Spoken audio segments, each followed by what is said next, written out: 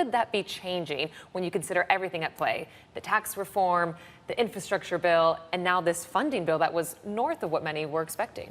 Well, I mean, you've talked about the bond vigilante, but I think the other way to look at it is overheating risk.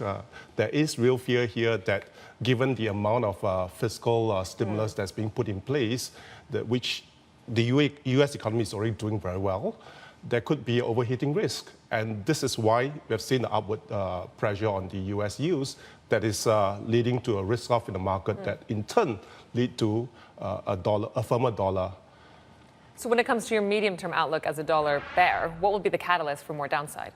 Well, I think, for one, bond vigilante brings to mind twin deficits in the US. Okay. And I think if you look at the medium-term picture, there could be a possibility of growing concern over twin deficits, trade deficit as well as a budget deficit, and that could be bad for the dollar for the medium term.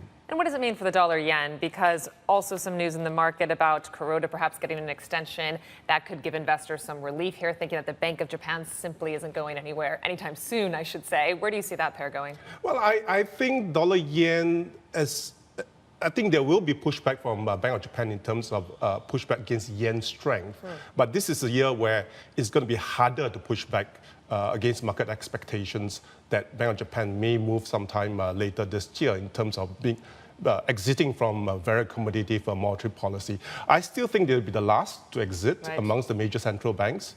But in the meantime, given this safe haven appeal of the dollar yen, and given that the market is still quite volatile, there'll still be downward pressure on dollar yen. So you think that safe haven appeal returns or stays strong, I should say? Well, I think for the time being, yes, until the market volatility fades, and it's difficult to tell. We'll know it when we know it, but it's difficult to tell whether it fades for sure.